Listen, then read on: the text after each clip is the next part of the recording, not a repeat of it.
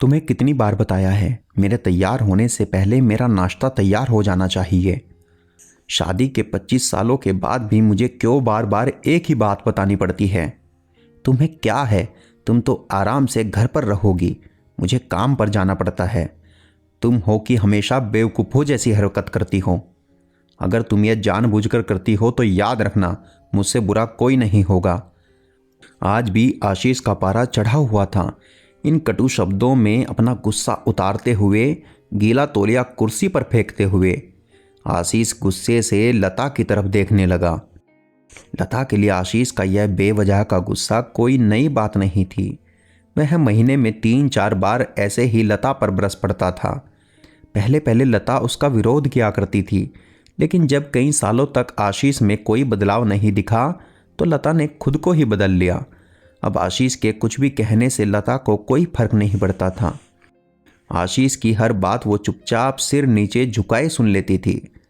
शादी के पहले 5 साल तक लता ने पूरी कोशिश की थी कि आशीष को बदला जाए, लेकिन फालतू का गुस्सा करना और बाद में लता को भला बुरा कहना, यह मानो जैसे उसकी आदत बन गई थी। कोई भी वाद विवाद होता तो आशीष सीधा लता को बोल देता, अगर मैं तुम्हें अच्छा नहीं लगता तो क्यों नहीं चली जाती अपने मायके, क्यों रहती हो मेरे साथ? इतना सब कुछ होने के बावजूद लता आशीष के साथ रहती थी, क्योंकि उसे अपनी बेटी की फिक्र थी। और वह जाती भी तो कहाँ, अपने बूढ़े हो चुके माँ बाप को इस उम्र में परेशान करना वह नहीं चाहती थी। समाज और लोग क्या कहेंगे, यह भी तो उसे देखना था।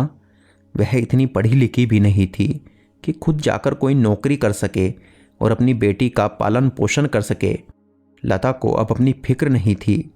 उसको फिक्र थी तो बस अपनी शादी लायक हो रही बेटी की।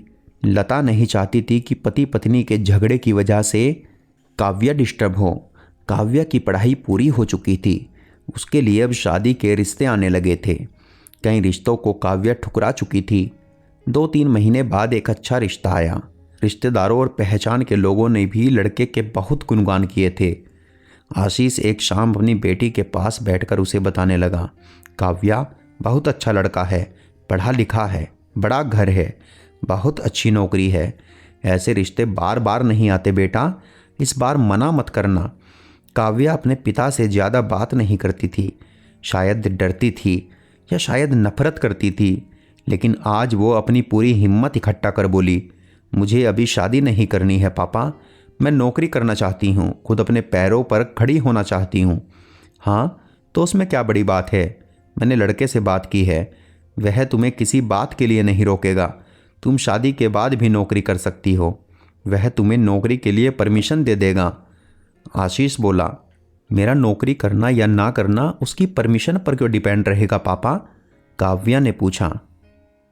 मैं कह रहा हूं ना, तुम्हें किसी भी चीज़ की कमी नहीं होगी वहाँ।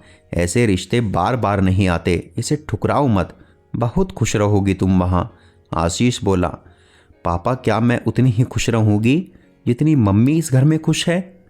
काव्या ने तंज कसते हुए कहा। आज तुम्हारी जबान कुछ ज़्यादा नहीं चल रही?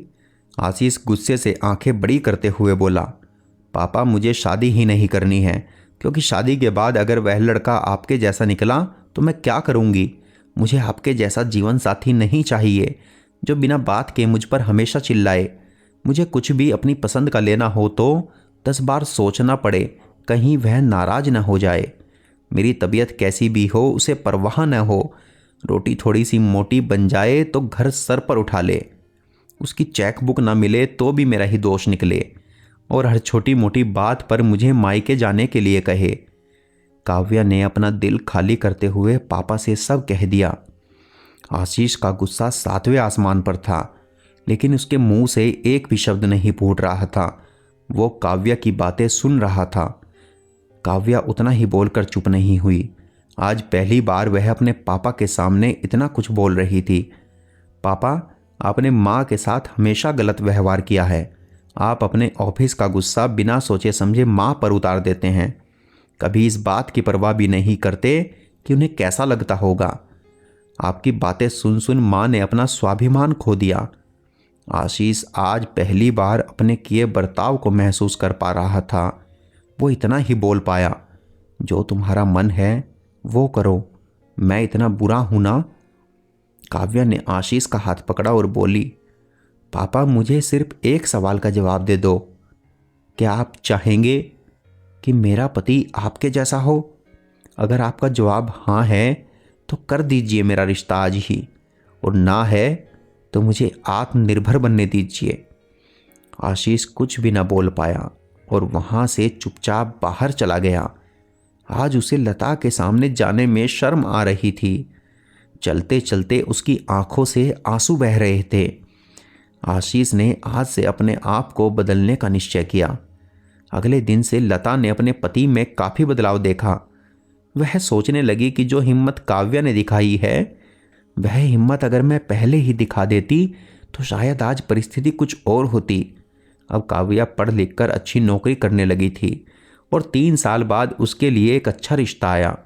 और उसकी विदाई पर आशीष बोला, बेटा तू हमेशा खुश रहेगी क्योंकि तेरा पति तेरे बाप जैसा नहीं है।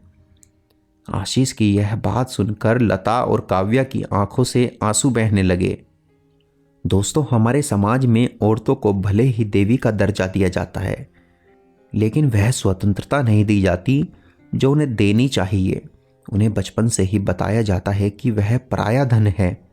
स्कूल से आने में देर हो जाए तो पिटाई मिलती है। मोबाइल पर बात करते हुए दिख जाए या खिड़की से झांकते हुए दिख जाए तो शक किया जाता है। माँ बाप का घर तुम्हारा नहीं है, पति का घर ही तुम्हारा घर है। जीवन भर यह बातें बता बता कर उन्हें ससुराल भेज दिया जाता है और एक दिन किसी छोटे मोटे झगड़े में ससुराल वालों से उन्हें सुनना पड़ता है कि इस घर को छोड़ दो और मायके चली जाओ। अब आप ही बताओ दोस्तों, ऐसी स्त्रियों का सच्चा घर कौन सा है? आखिरकार वह किस घर को अपना घर कहे हैं? दोस्तों, आपके इस बारे में क्या विचार हैं, हमें कमेंट बॉक्स में ज़रूर बताएं। कहानी पूरी सुनने के लिए धन्यवाद।